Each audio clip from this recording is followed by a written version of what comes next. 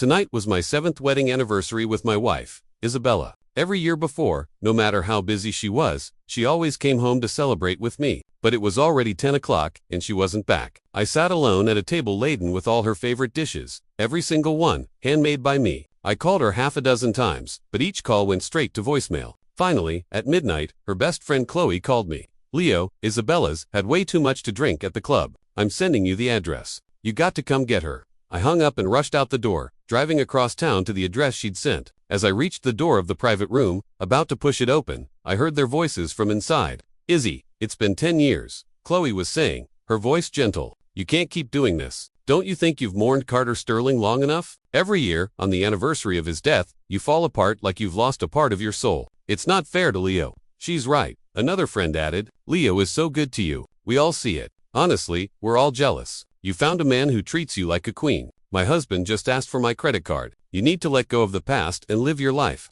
"Izzy, you don't understand." Isabella's voice was thick with alcohol but sharp with pain. "Carter died because of me. I was never going to get married ever. But then I met Leo, and he looked so much like him. The first time I saw him, I thought for a second that Carter was still alive. So I pretended that fate had sent Carter back to me."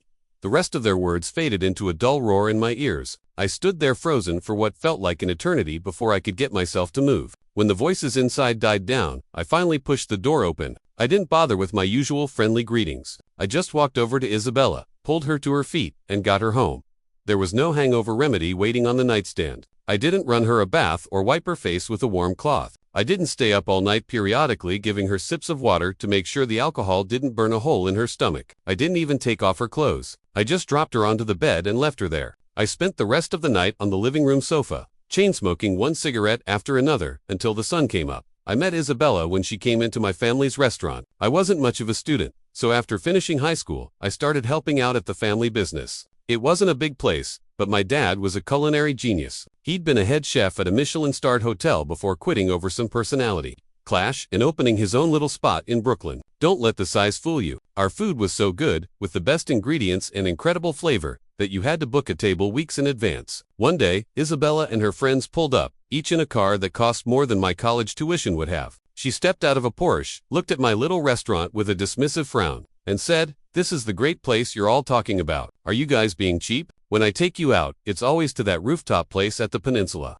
Before she could finish, her friend cut her off. "My dearest Isabella, do not underestimate this little bistro. The food here is 10 times better than anything at the peninsula. Tell you what, if you try it and think I'm exaggerating, I'll book the entire rooftop tomorrow night just to apologize."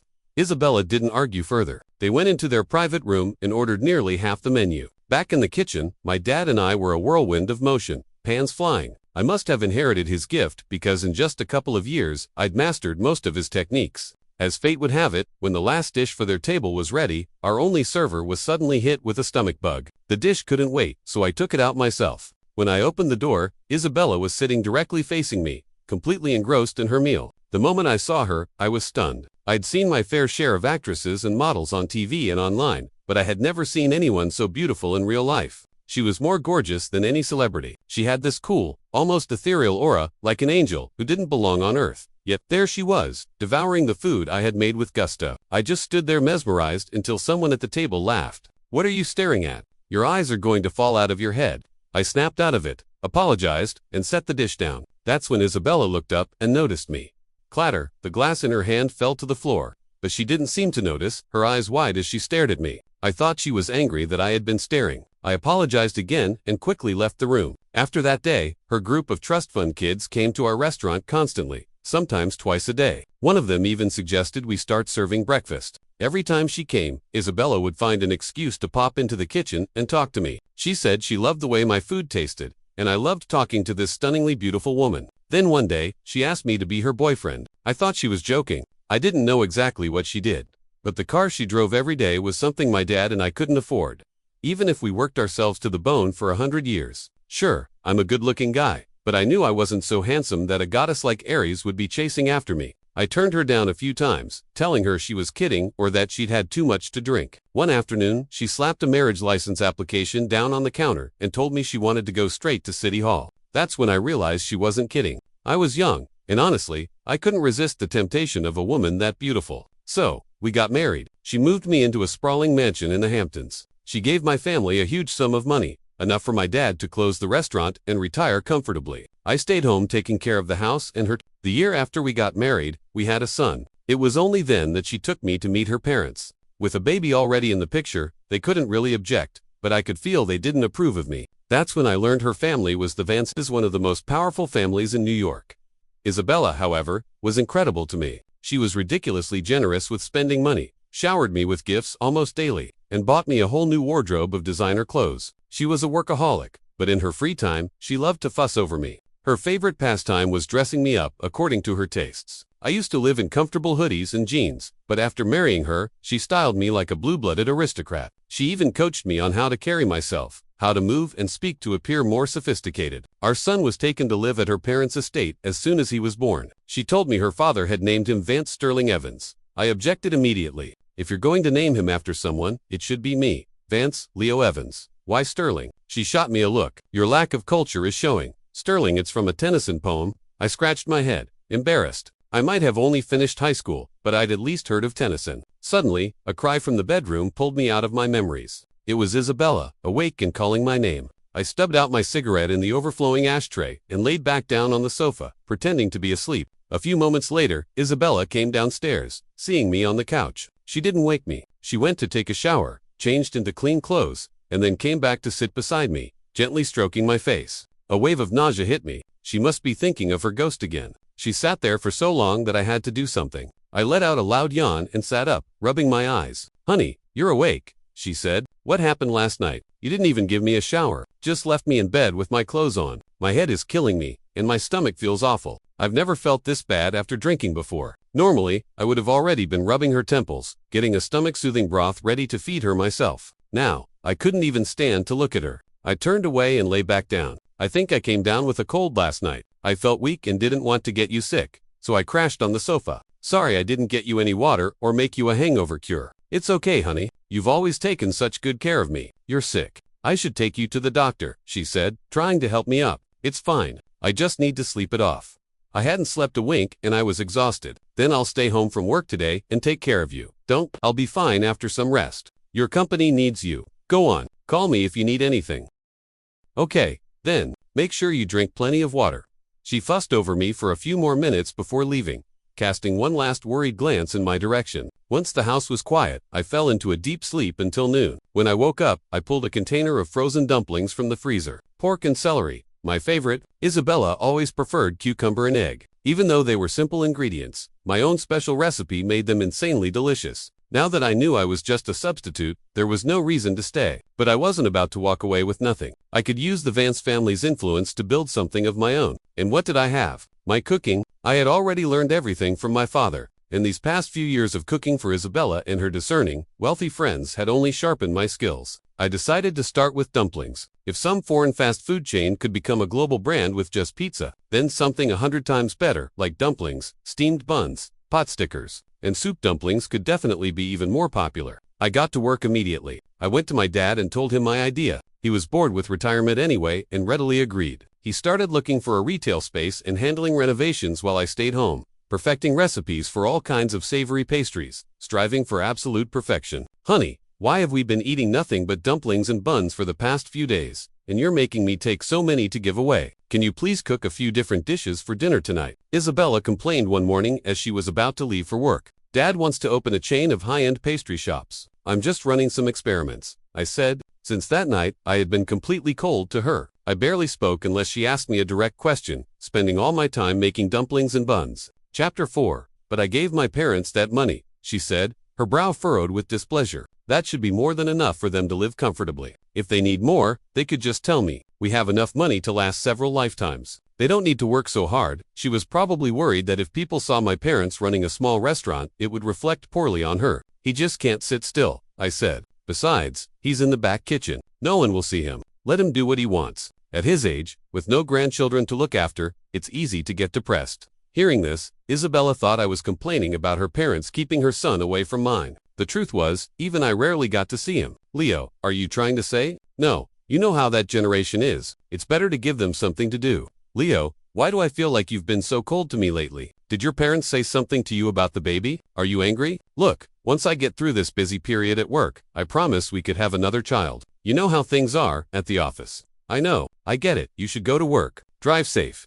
Soon, my gourmet dumpling shop opened. Just as I'd expected, it was a massive hit from day one. The flavor was undeniable, the variety was extensive, and the quick service was perfect for the fast-paced, modern lifestyle. With a major boost from Isabella and her powerful friends, my dumplings became the top lunch choice for white-collar workers across the city. We quickly opened several more locations and registered a company to start producing a line of frozen gourmet dumplings, buns, and pot stickers. Then came the online marketing and influencer collaborations. Sales exploded. Soon, franchises were lining up from all over the country. Isabella, with her sharp business acumen, saw the potential and personally helped me draft a growth strategy. She leveraged her network and connections, and in less than 6 months, my small shop had become a nationally recognized restaurant chain. Riding the wave of success, I launched my own chain of modern American barbecue restaurants. By sticking to authentic recipes, high-quality ingredients, and a unique flavor profile, it quickly became a sensation. Of course, Isabella's contribution was the largest. She even put her own work on hold to personally manage the marketing campaigns. Once the dumpling and barbecue chains,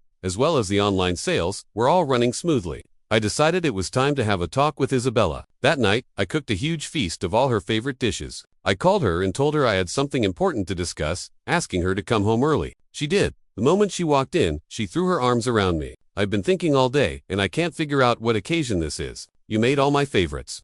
She plucked a peeled shrimp from a plate and popped it in her mouth, moaning with pleasure. Isabella, I said, pouring her glass of wine. This is the last meal I'll ever cook for you. I've been thinking a lot, and I don't think we're right for each other. We should get a divorce. Her hand, reaching for another dish, froze. Then she smiled. Honey, it's not April Fool's Day.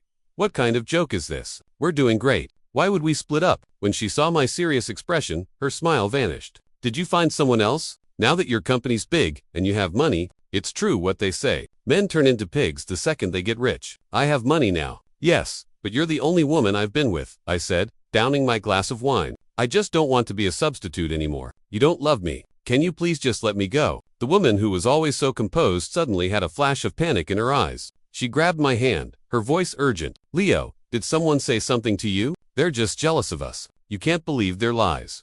I know everything about you and Carter Sterling, I said. I finally understand why a woman from the great Vance family would chase after a cook from a little bistro. It's because I look almost exactly like him, isn't it? And for years, I was foolish enough to believe we had true love. Isabella, for the sake of the years I've taken care of you, please, just let me leave. I knew that with her family's power, if she didn't agree, I'd never be free. My fledgling business could be crushed overnight. My only move was to play the victim and appeal to her sympathy. Her expression fell, her eyes filled with a familiar sadness. Of course, mentioning her dead first love was bound to hurt. After a long silence, she finally spoke. Since you know everything, we can't go back to the way we were. Fine, I'll let you go. I'll give you a generous settlement. We'll file the papers tomorrow. After all, you're not him.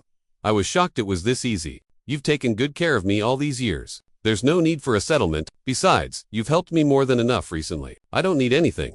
She looked at me and gave a small, unreadable smile. I never realized the man sleeping next to me all these years was so calculating. You must have known for a while, didn't you? Was it on our anniversary when you came to pick me up from the bar? You heard everything we said.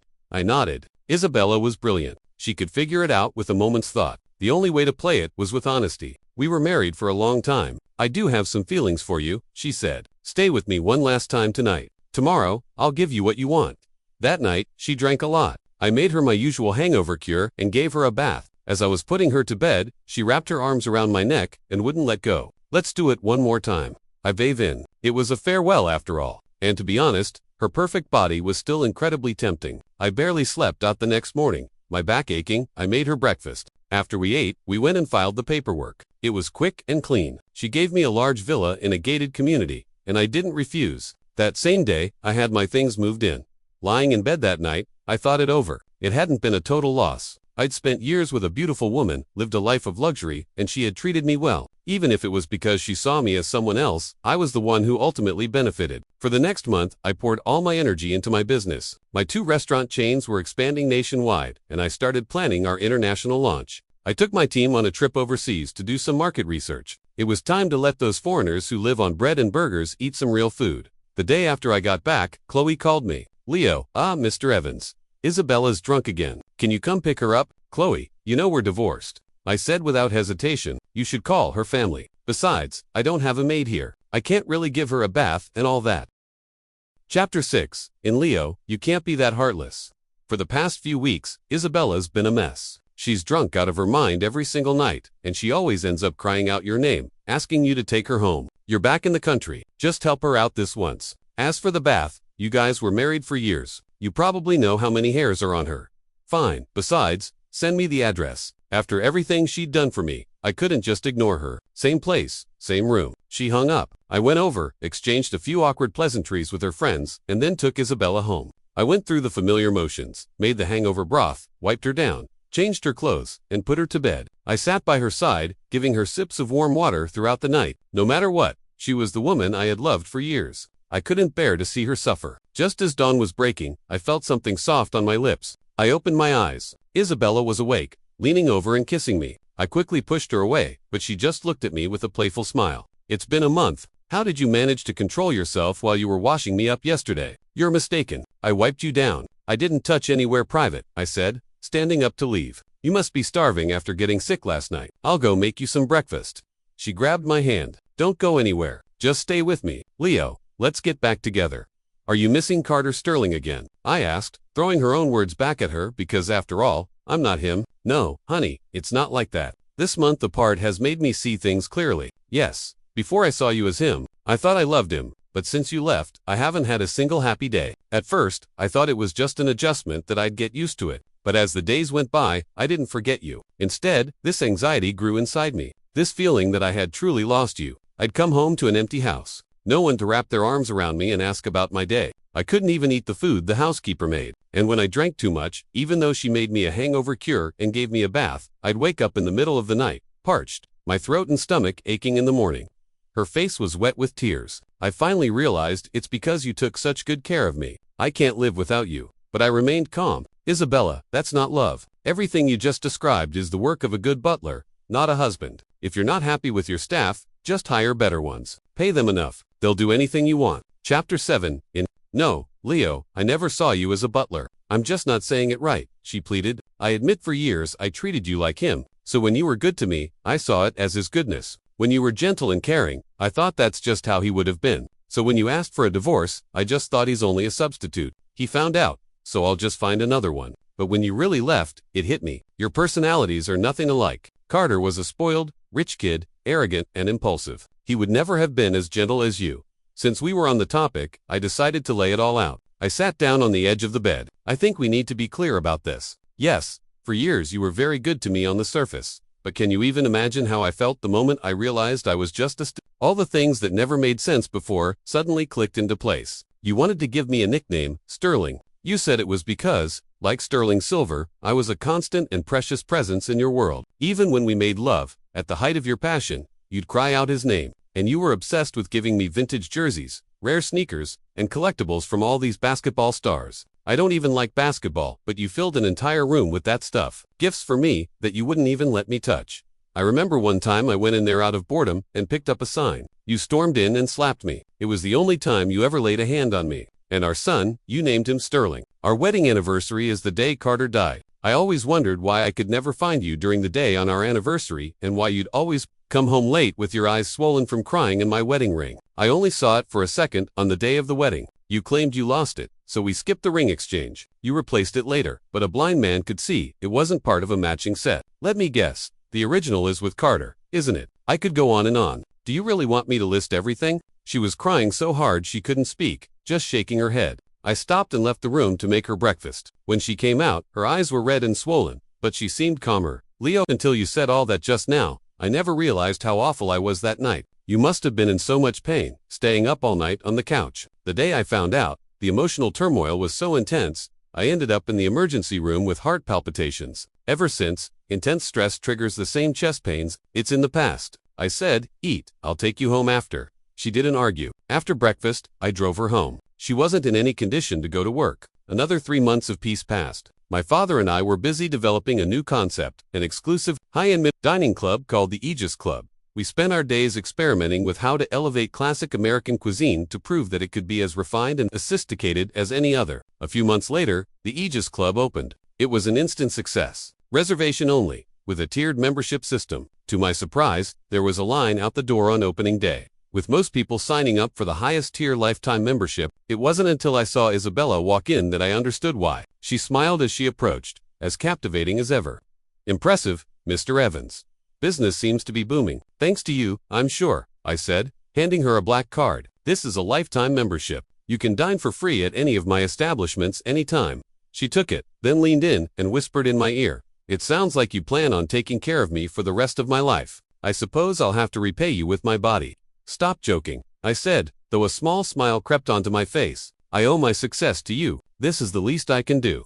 "Here, look at this," she said, handing me a small document folder. I opened it. It was a copy of our son's birth certificate. Under his name, where it once said Vance Sterling Evans, it now read Vance Leo Evans. "Leo, I've erased every trace of him. Are you ready to come home? You were right. You are not him. But I know for a fact now that you are the man I love. I don't expect you to take me back right away, but I'm going to do everything I can to earn a second chance." Before I could respond, she turned and walked away. The domestic expansion was going smoothly, but I still lacked the capital for a major international push. As I was trying to figure out financing, Chloe called, saying she needed to talk. I told her to come to the Aegis Club. As a top-tier member, she booked a private room and texted me when she arrived. She got straight to the point. "Leo, is there really no chance for you and Izzy? Isabella's friends used to come over all the time. I always cooked for them and took good care of them, and I'd often overhear them telling Isabella to treat me better. I never understood what they meant back then. I thought she already treated me perfectly." "No chance," I said, opening a bottle of expensive bourbon and pouring her a glass. "You all know the story. She never loved me. I was just a placeholder." "That's not true. She really does love you. Now, you have no idea what she's become. She works herself to the bone all day and drinks herself into a stupor all night. She wasn't even this devastated when Carter died." As Isabella's best friend, her concern was palpable. I raised my glass and clinked it against hers, then drank it down. "Maybe she just hasn't found a suitable replacement yet. As her best friend, you should help her look." Chloe stared at me as if I were a stranger. This wasn't the kind, attentive man she used to know. "I can't believe how cruel you've become. Yes, Isabella was wrong to use you as a substitute, but you can't deny how well she treated you for all those years. I came here to tell you the full story about her and Carter." It turned out Carter Sterling and Isabella grew up together. He was the arrogant heir to another fortune, and he'd been obsessed with the beautiful Isabella since they were kids. She, however, couldn't stand the spoiled brat, but she tolerated him because their families were close. One day, Carter cornered her in a room and demanded, "Isabella, I love you. What do I have to do to make you be with me?"